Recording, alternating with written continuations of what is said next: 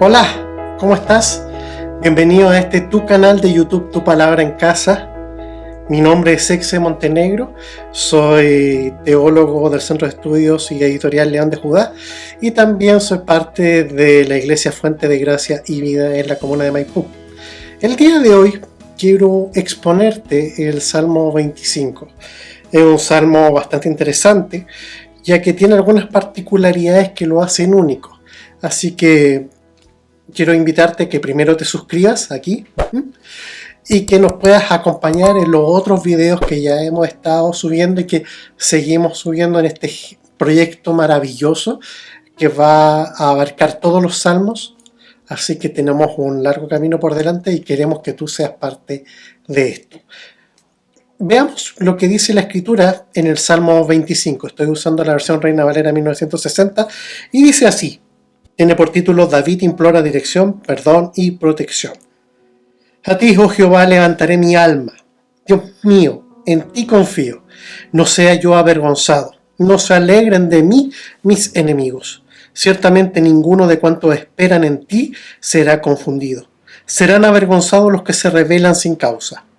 Muéstrame, oh Jehová, tus caminos, enséñame tus sendas.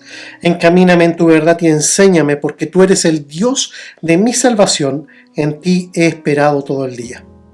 Acuérdate, oh Jehová, de tus piedades y de tus misericordias, que son perpetuas. De los pecados de mi juventud y de mis rebeliones no te acuerdes. Conforme a tu misericordia, acuérdate de mí por tu bondad, oh Jehová. Bueno y recto es Jehová. Por tanto, Él enseñará a los pecadores el camino, encaminará a los humildes por el juicio y enseñará a los mansos su carrera. Todas las sendas de Jehová son misericordia y verdad para los que guardan su pacto y sus testimonios. Por amor de tu nombre, oh Jehová, perdonarás también mi pecado que es grande. ¿Quién es el hombre que teme a Jehová? Él le enseñará el camino que ha de escoger. Gozará él de bienestar y su descendencia heredará la tierra. La comunión íntima de Jehová es con los que le temen, y a ellos hará conocer su pacto. Mis ojos siempre están hacia Jehová, porque él sacará mis pies de la red. Mírame y ten misericordia de mí, porque estoy solo y afligido. Las angustias de mi corazón se han aumentado. Sácame de mis congojas. Mira mi aflicción y mi trabajo y perdona todos mis pecados. Mira mis enemigos y cómo se han multiplicado, y con odio violento me aborrecen. Guarda mi alma y líbrame. No sea yo avergonzado porque en ti confié. Integridad y rectitud me guarden porque en ti he esperado. Redime, oh Dios a Israel, de todas sus angustias.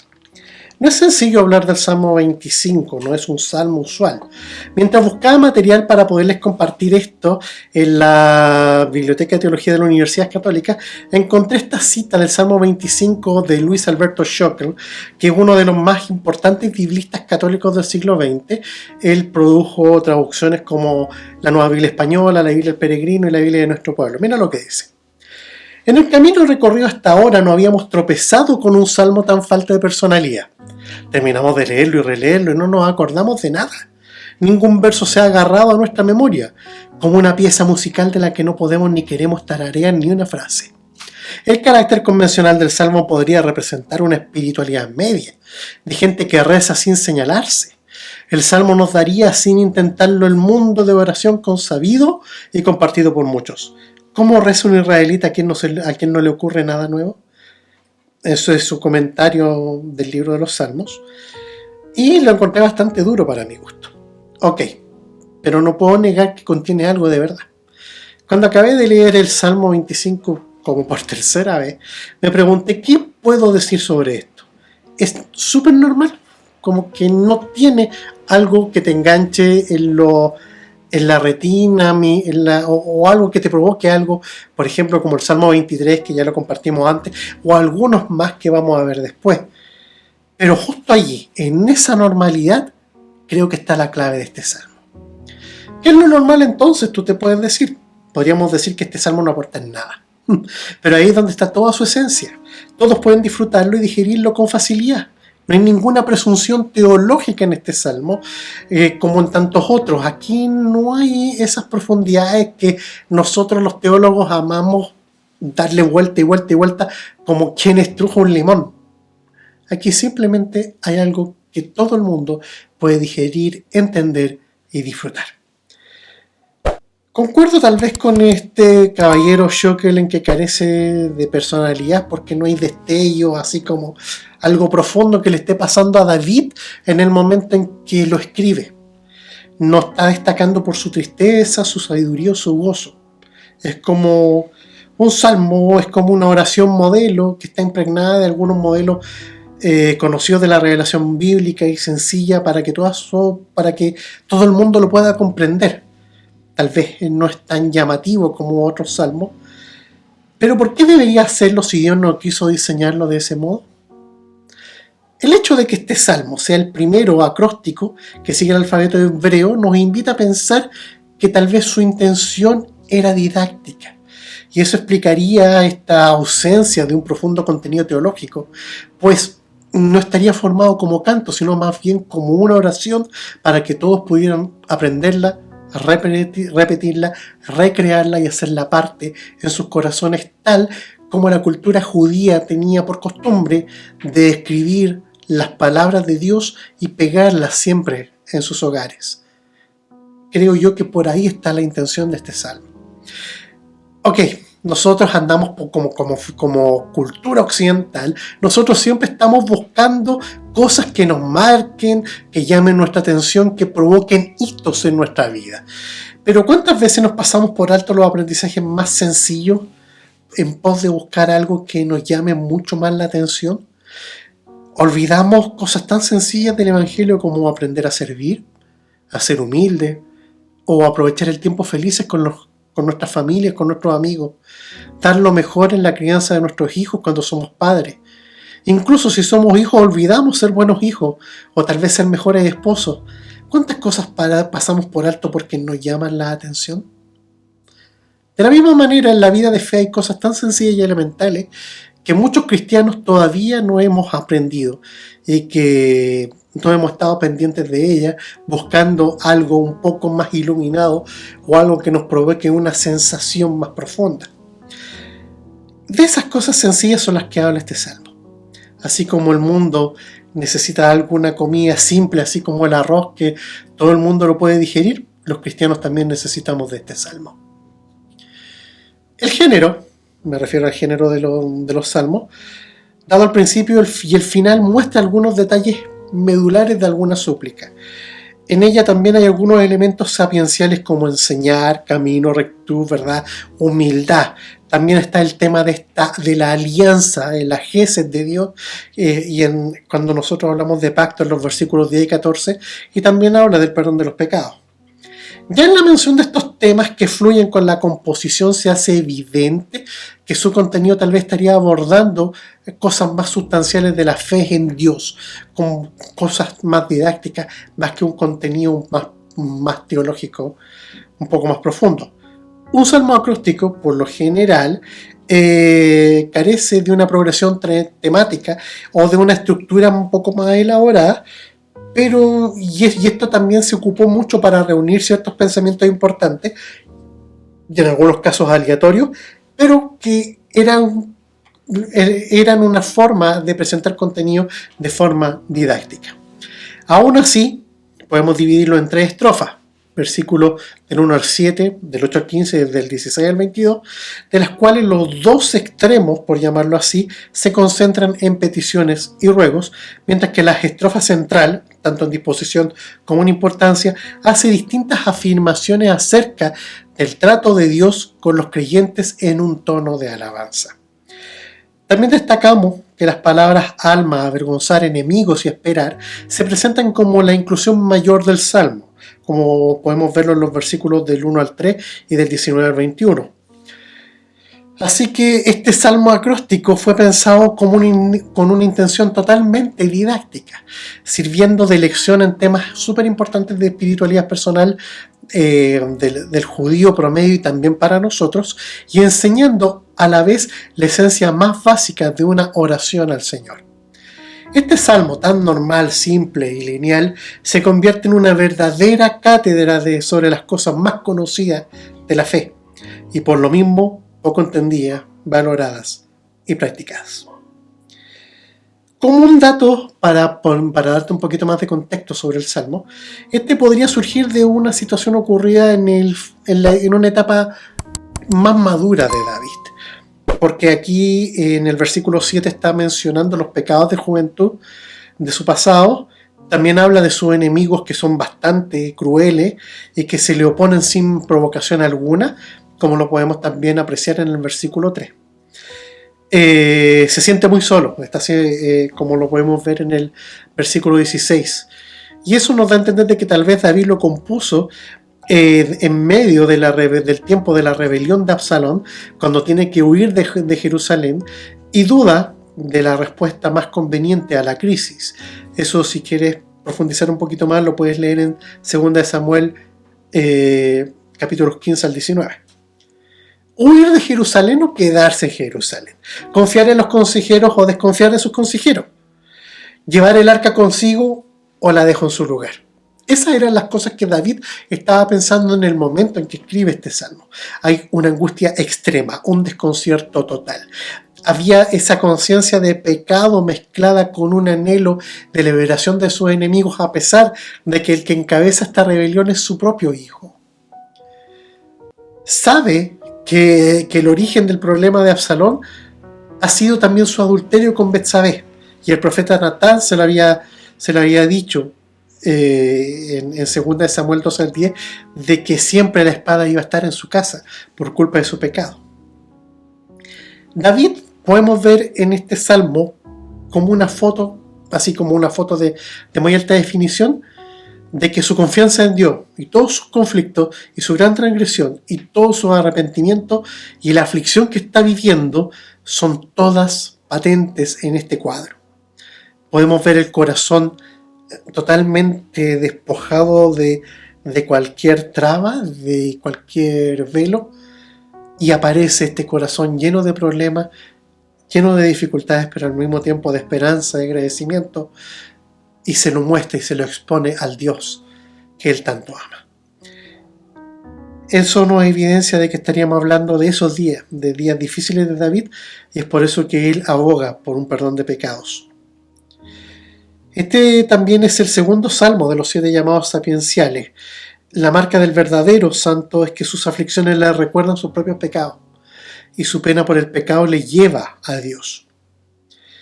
Pero también cabe señalarle que hay 4 salmos en que también podemos seguir viendo la figura de David de distintas formas. Por ejemplo, en el Salmo 22, David está tirado, echado en el suelo, postrado sobre su rostro, gimiendo en el suelo, casi en un estado de desesperación, hablando de sí mismo en la historia de Cristo, diciendo: Dios mío, ¿por qué me has desamparado? En el 23 aparece de pie y lleno del favor de Dios, a pesar de todos sus enemigos. Él está de pie, triunfante sobre toda oposición, diciendo: el Señor es mi pastor, nada me faltará. En el 24 está sentado como un profesor en su cátedra, como un maestro de la ley, dando una conferencia sobre la divinidad y describiendo el carácter del hombre que asciende al santo monte y cómo ha de hacerlo, y después es partícipe de su felicidad. Pero en el Salmo 25 está de rodillas y levanta su voz a Dios sobre estas dos, y sobre estos dos temas. Pon atención, sobre estos dos temas gira todo el Salmo. Por una parte está rogando de todo corazón a Dios, suplicando misericordia, y por el otro, humildemente, se lamenta de su propia miseria. Como es un salmo que está escrito de una forma súper simple y didáctica, vamos a dividir el contenido expositivo en una serie de preguntas sobre la vida cristiana y cómo éstas se van relacionando con el contenido del salmo. Y de esta forma vamos a tratar de hacer la exposición del salmo mucho más sencilla para ti. Bien, vamos primero a analizar los versículos 1 al 3. Primera pregunta: ¿qué debes hacer cuando te sientes con temor, te sientes solo, te sientes triste, preocupado, angustiado o desesperado? La respuesta está en los primeros 2 versículos. A ti, oh Jehová, levantaré mi alma, Dios mío, en ti confío. Desde muy temprano en nuestra vida cristiana debemos aprender que Dios está por encima de todas las cosas. Él tiene poder, Él tiene autoridad, sabiduría, conocimiento. Él tiene en sus manos nuestras vidas. Él mueve la muerte, Él mueve el tiempo, Él mueve las leyes que rigen el universo, y todo eso, como ya lo hemos expuesto en otros salmos, está a favor nuestro cuando Él ve en nuestro corazón una búsqueda real. Eso significa que muchas cosas, pero entre ellas que nada en este mundo podrá hacer lo que Dios hace y cómo esto podría hacerlo en tu vida. Por tal motivo, el salmista dice: a ti voy a levantar mi alma. Esto lo podemos comparar con el Salmo 143:8 o el versículo 24 del Salmo 24. Como por contraste, indicaría que esta frase se refiere a hacer de Dios el objeto de la atención, la fe y la esperanza, como dice el Salmo 86:4. Es como tomar el alma, ocupándolo como un sinónimo de la persona como un todo, especialmente en su dimensión mental y espiritual, y colocarla lo más cerca que se pueda de Dios. Esto, al ponerlo junto a la primera frase del versículo 2, estaría diciendo: Dios, a ti te entrego todo lo que soy y confío por completo en ti. Esta primera enseñanza, por llamarlo así, termina con una lección súper importante. El que espera en Jehová no será confundido, y los que se rebelan la pasan mal, como dice el versículo 3. Entonces, aprendemos que la clave para enfrentar los problemas o los enemigos es la oración confiada y paciente al Señor. El problema es que, pese a lo esencial que esto se pudiera presentar, muchos de nosotros todavía no aprendemos a confiar en el Señor. En medio de la prueba nos angustiamos, nos volvemos locos, tratamos de buscar el éxito por cualquier otro medio sin encontrar soluciones. Y claro, porque nosotros no estamos buscando las soluciones donde debiera ser, que es en la roca eterna. Al elevar nuestra alma al Señor, para muchos sigue siendo como una locura, como: ¿qué estáis haciendo? ¿Por qué no te ponías a trabajar en otras cosas para solucionar el problema en vez de estar orando? Pero nosotros tenemos un privilegio, que nosotros podemos ir al Señor, porque ahora, por intermedio de Jesucristo, podemos llegar directamente hacia Él y exponer nuestro corazón, nuestros problemas, nuestras dificultades. Pero de esa forma podemos depositar nuestra confianza en aquel que tiene el mundo entero en sus manos. Los versículos 4 al 7 nos ponen otra pregunta. ¿Qué dos cosas son imprescindibles para el creyente? Los versículos 4 al 7 lo dicen: muéstrame, oh Jehová, tus caminos, encamíname en tu verdad, de los pecados de mi juventud y de mis rebeliones no te acuerdes. Una de las cosas básicas que el cristiano tiene que grabarse es la desconfianza propia. No confiar en nosotros mismos, porque si nosotros confiamos en nosotros mismos, vamos a alejarnos de dos sentidos que Dios nos entrega al confiar en Él, que es la sabiduría y los méritos de justicia. Por esa razón, esta oración prosigue y aparece en escena este lenguaje sapiencial que yo te dije en ese momento. Como el salmista desconfía de su propia sabiduría, ruega al Señor que le muestre sus caminos y que le muestre sus sendas, que lo lleve a la verdad y le haga entender. La inteligencia en la voluntad de Dios es lo que el salmista pide. ¿Por qué? Porque desconfía de su propio juicio, porque su propio juicio, al estar sometido y cercano al pecado, hace que no sea tan preciso y que sus decisiones no puedan ser tan cercanas a la voluntad de Dios. Pero lastimosamente algunos cristianos llegamos a creer que no las sabemos todas, y es ahí cuando permitimos que nuestra propia confianza determine nuestro accionar y nos viene la caída, como muy bien Pablo lo enseña en 1 Corintios 10:12. Hay una frase que Jesús dijo: yo soy el camino, y mientras nos sujetemos a Él en su misión y vamos a Él en oración, vamos a poder entender su instrucción y su guía. En segundo lugar, el salmista desconfía de su propia justicia y por eso nos enseña que una de nuestras mayores necesidades, y también motivo de alegría, es la misericordia de Dios. Es esta lealtad eterna que Él tiene hacia nosotros por la gracia que Él a través de Cristo nos ha dado, y Él también ruega: acuérdate de lo bueno que he hecho. Él no dice que se acuerde de lo bueno que ha hecho por obras, sino que es algo que tiene que ver con gracia.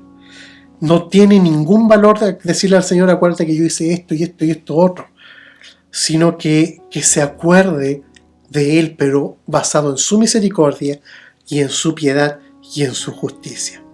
Tenemos que aprender a depender por completo de esto. No podemos presentarnos ante Dios si no fuera por su gracia, por este perdón inmerecido que es nuestro boleto a la eternidad con nuestro Padre.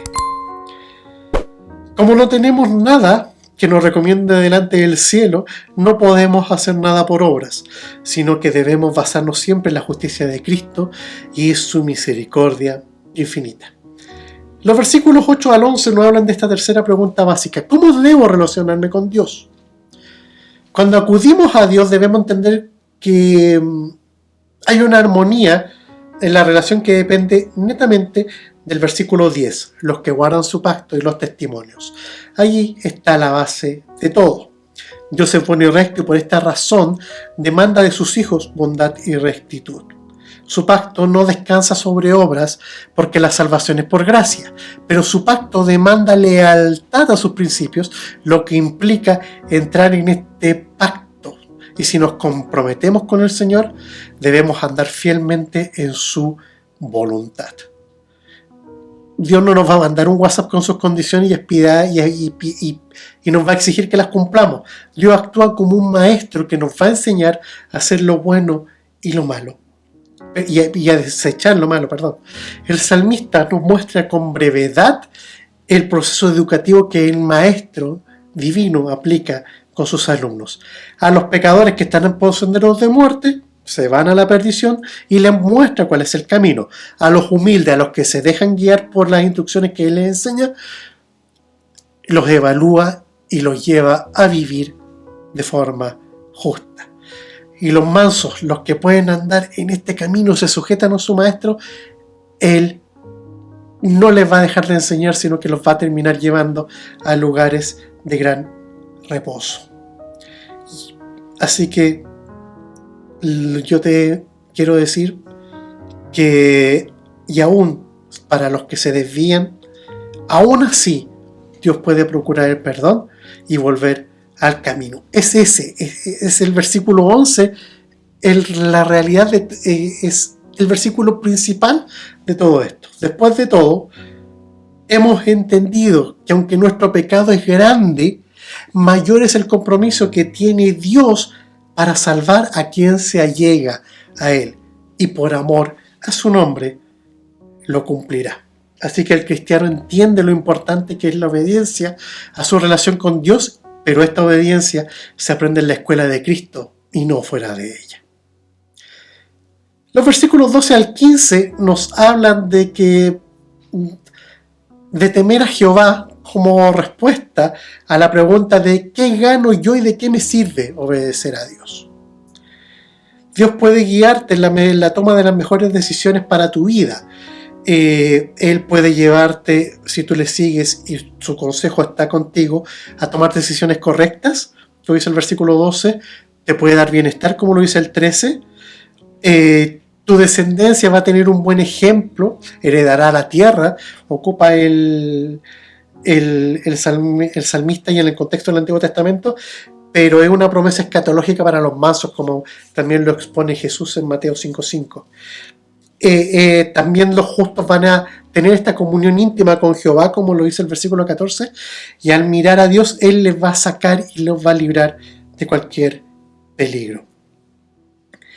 A la pregunta, ¿quién es el hombre que teme a Jehová? La respuesta es un hombre que disfruta de todas estas bendiciones porque la bondad de Dios le sigue todos los días de su vida. Hay mucho más que podíamos decir, pero con esto ya el salmista ha dejado claro que lo único que vale la pena es ser leales al amor de Dios, y nos muestra su pacto con nosotros por intermedio de Cristo. Y la última pregunta cristiana básica, que está entre los versículos 16 al 22, es ¿y qué hago cuando nada está saliendo como yo espero? ¿Te sientes solo, afligido, hay angustia en tu corazón, tus enemigos se multiplicaron, hay un odio violento, todas las cosas se te pusieron en contra? Pero hay una solución que jamás falla: orar. El salmista se le está cayendo el mundo encima. No sé si te ha pasado, a mí se me ha caído el mundo encima. Pero nuevamente en el versículo 20 dice: en ti he confiado, en ti he esperado. El salmo comienza y termina con una oración. Porque si alguna cosa el cristiano no debe olvidar, sea nuevo o ya lleve algún tiempo, es orar. Puede pasar lo que sea allá afuera, pero mientras tú estés orando y buscando al Señor, todo va a estar bien. Mientras oremos, habrá esperanza. Y como si faltara algo, este salmo termina con una lección súper importante. El último verso, el salmista separa la mirada de sí mismo, mira a su pueblo e intercede por él. Eso estará en versículo 22. En la vida cristiana no todo se trata de nosotros mismos, ni mucho menos. Oremos por nuestra familia, oremos por nuestras comunidades, oremos por nuestros barrios, por nuestras iglesias, por nuestros líderes. Y no nos cansemos de orar. Hagamos esto nuestro mejor hábito. Con esto termino. No quiero seguir dándote más lata. En los peores momentos de un creyente y de un seguidor de Jesús es cuando el miedo, la desesperación y la angustia se apoderan de él. No sé si tú has pasado por esto, pero sí, yo lo he pasado muchas veces. He pasado por momentos de mucha angustia y de mucha tristeza donde no he visto nada, donde solamente he visto vientos, tormentas rodeándome, así como si estuviera en 360 grados. Pero he entendido, al igual que David, que su misericordia es eterna, y que si oro a Él y expongo mi corazón, Él va a auxiliarme en su determinado tiempo. Debemos aprender a confiar en Él. David estaba viviendo una rebelión, producto de su propio pecado. Muchas veces nuestros propios pecados generan nuestros problemas, pero aún así, si somos de verdad conscientes de nuestros pecados, nos arrepentimos, el Señor es fiel y justo para redimirnos y darnos otra oportunidad. El Señor Jesucristo siempre nos va a dar todo lo que necesitemos y Él, como gran intercesor, va a estar ahí como un poderoso gigante para librarnos por amor de su nombre. Quiero que me acompañes ahí donde estás a orar. ¿Me acompañas?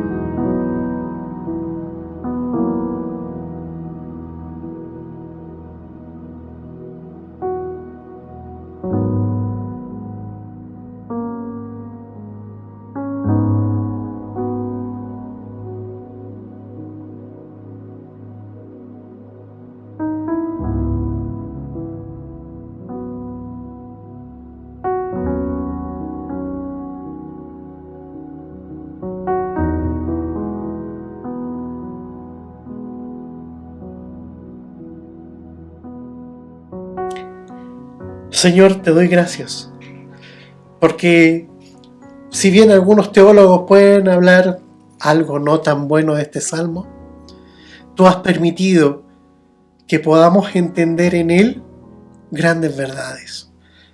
Señor, que haya en nosotros un espíritu que te busque por intermedio de la oración y de entender que tú eres nuestra guía. Que no son nuestras obras las que nos garantizan la salvación, sino que tu gracia, totalmente inmerecida por la cruz de tu Hijo. Padre, que todos mis hermanos en YouTube puedan entender esto tan lindo que es orar y que a través de ello tú nos entregues fortaleza y guía para el día malo. Padre Celestial, gracias. Gracias porque tú nos has dejado un legado enorme en los salmos, del cual nosotros podemos adquirir sabiduría para nuestra vida diaria. Bendice a cada uno de mis amigos y amigas que están oyendo o viendo este video, y que ellos, Señor amado, puedan entender, así como yo he aprendido, que por intermedio de la oración podemos estar conectados contigo y buscar salvación en los momentos de nuestras dificultades. Gracias, Señor, en el nombre de tu Hijo Jesús.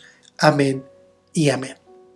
No está de más decirte que no te olvides de suscribirte, de compartir con tus amigos y con tus familiares este maravilloso canal llamado Tu Palabra en Casa.